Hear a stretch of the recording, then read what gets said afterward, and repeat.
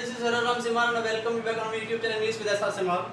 मैं कुछ और सेंटेंस स्ट्रक्चर्स के साथ आपके सामने उपस्थित हुआ हूँ। देखिए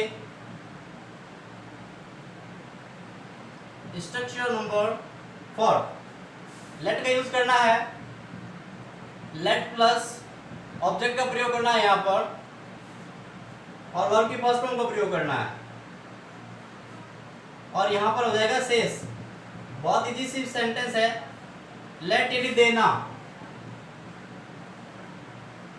होने देना, करने देना, जाने देना, इस तरह से सेंटेंस अगर हो ना, उसमें इस स्ट्रक्चर इस जो है संरचना का इस स्ट्रक्चर का प्रयोग किया जाता है।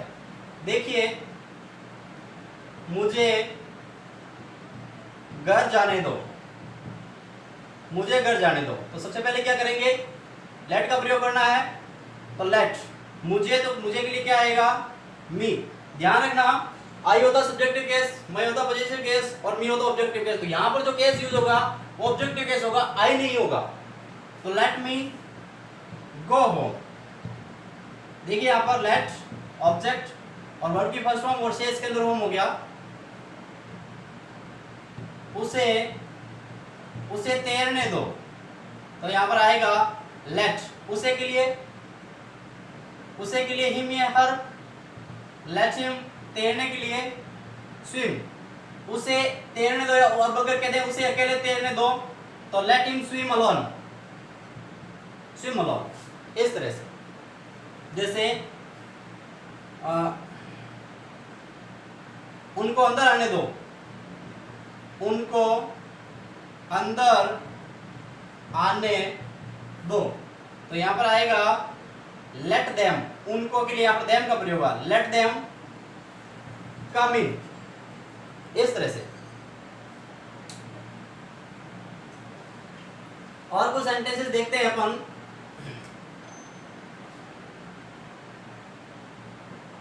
इसका जो है सेंटेंस में कैसे यूज करते हैं, मैं तुम्हें यहां नहीं बैठने दूंगा।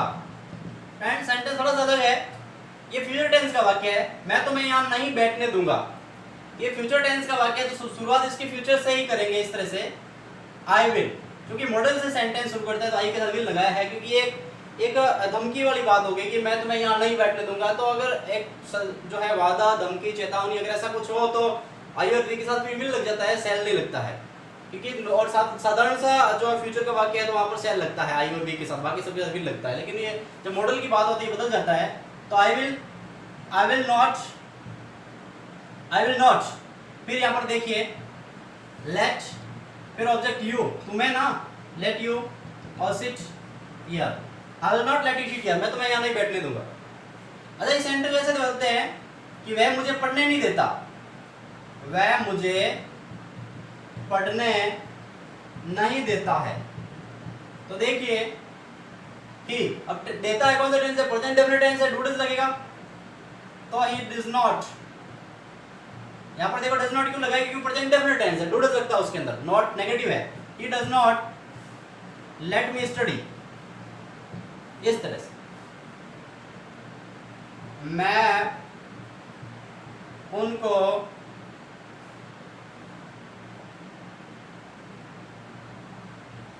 चुप बैठने नहीं देता, मैं उनको चुप नहीं बैठने देता या मैं उनको चुप बैठने नहीं देता। तो आई डोंट या do not let them keep quiet, I don't let them keep quiet, मैं उनको चुप नहीं बैठने देता। इस तरह से अरे सेंटेंस वैसे लिखे हैं, उन्होंने हमें यहां नहीं आने दिया। कौन सा टेंस है, पास्ट इंडेफिनिट टेंस है। उन्होंने हमें यहां नहीं आने दिया, तो उन्होंने के लिए लिखेंगे दे, और नहीं दिया तो did not, they did not let us, object आएगा ना, they did not let us come here, उन्होंने हमें यहां आने नहीं दिया। फ्रेंड्स बहुत इजी सा सेंटेंस है, आई होप कि आपको समझ में आया होगा और आप इनको उदाहरण भी करोगे।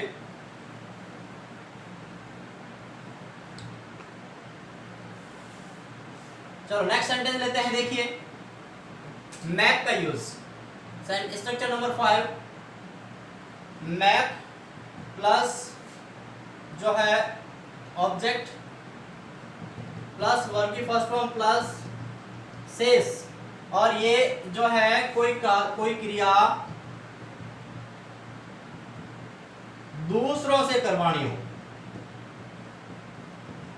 दूसरों से कोई क्रिया करवानी हो ना, कोई काम करवाना हो, तब वहां पर इस स्ट्रक्चर का प्रयोग किया जाता है। जैसे वह मुझसे गाने गवाएगा, वो खुद नहीं गाएगा। देखिए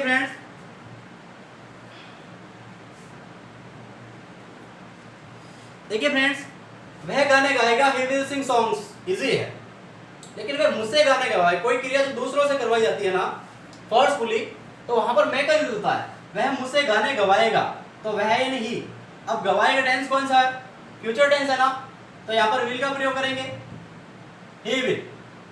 अब मैं का प्रयोग करना है इसका वर्ब की फर्स्ट फॉर्म की जगह, तो ही विल मैक, और किससे, मुझसे ना, ऑब्जेक्ट क्या है इसमें, मुझसे, ही विल मैक मी, और फिर यहाँ पर क्या है, वर्ब की फर्स्ट फॉर्म सिंग, और ऑब्जेक्ट क्या है, songs, he will make me sing songs, वह मुझसे गाने गवाएगा, वह मुझसे गाने गवाएगा। यहाँ पर मैं का यूज हुआ है।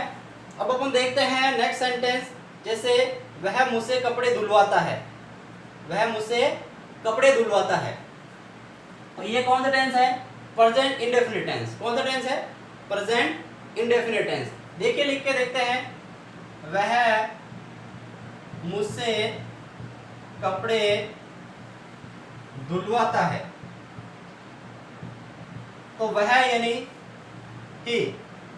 अब मुझसे कपड़े धुलवाता है, तो यहाँ पर चूंकि प्रेजेंट इंडेफिनिट टेंस के सकारात्मक वाक्य में डू का प्रयोग होता नहीं, सीधी मुख्य क्रिया आएगी, तो मुख्य क्रिया के रूप में इस मैक का प्रयोग करना है। मैक, चूंकि सब्जेक्ट सिंगुलर है इसलिए एस लगेगा, तो ही मैक्स मी, ये ऑब्जेक्ट हो गया, और वर्ब की फर्स्ट फॉर्म वॉश, और कपड़े यानी क्लोथ्स, ही मैक्स मी वॉश क्लोथ्स, वह मुझसे कपड़े धुलवाता है।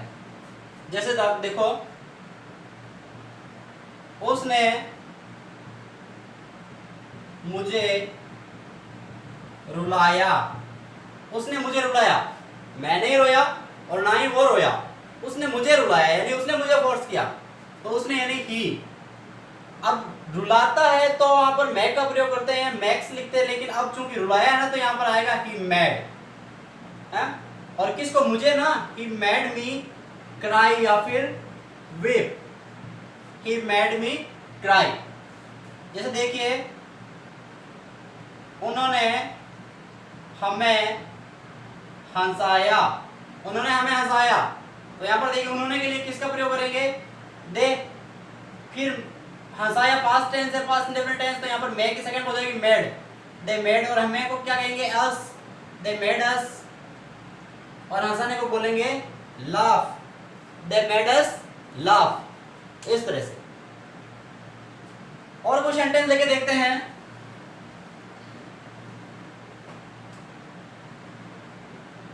मैं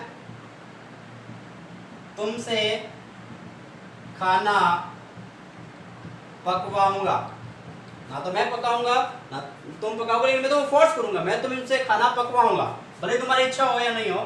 तो आई विल, अब मैं फर्स्ट फॉर्म में इसका यूज करना है, I will make you cook food, I will make you cook food, मैं तुमसे खाना पकवाऊंगा। नेक्स्ट सेंटेंस देखिए, क्या वह हमसे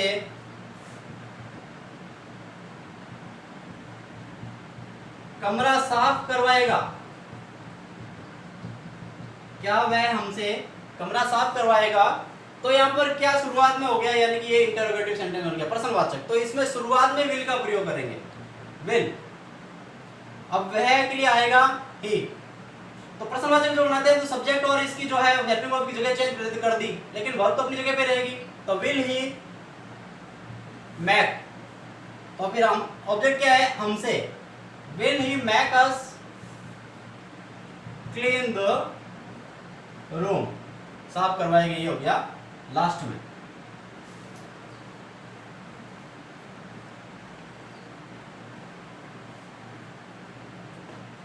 देखिए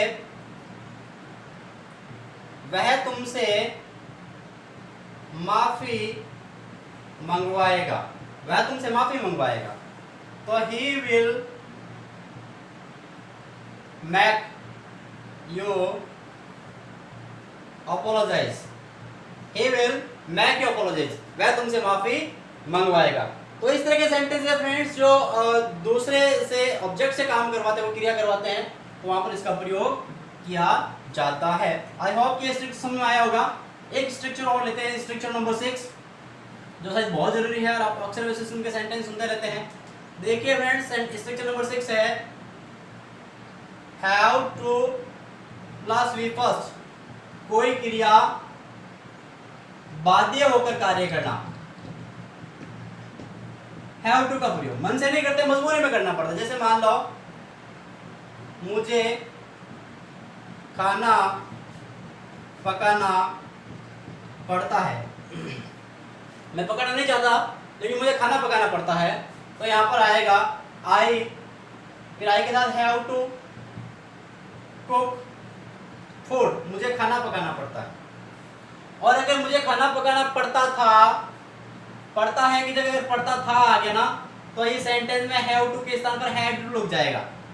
आई हैड टू कुक फूड, पड़ता था, इस तरह से।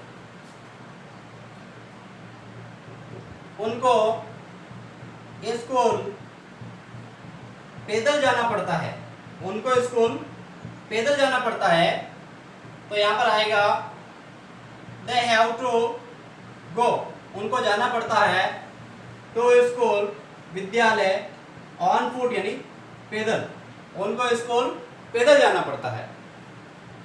जैसे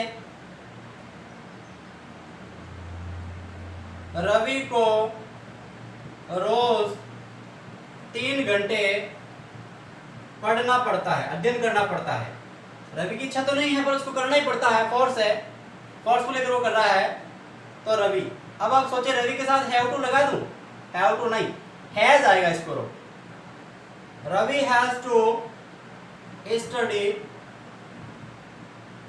2 आवर्स डेली, रवि को जो है 2 घंटे 3 घंटे सॉरी 3 आएगा। Ravi has to study 3 hours daily, Ravi को 3 घंटे रोज पढ़ाई करनी पड़ती है, अध्ययन करना पड़ता है। तो हैव टू का प्रयोग इस संदर्भ में यूज भी किया जाता है। और कुछ सेंटेंस लेके देखते हैं।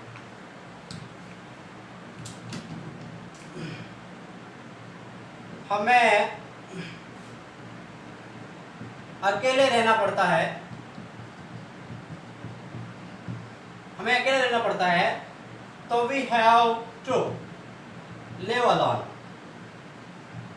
We have to live alone, हमें अकेला रहना पड़ता है। तुम्हें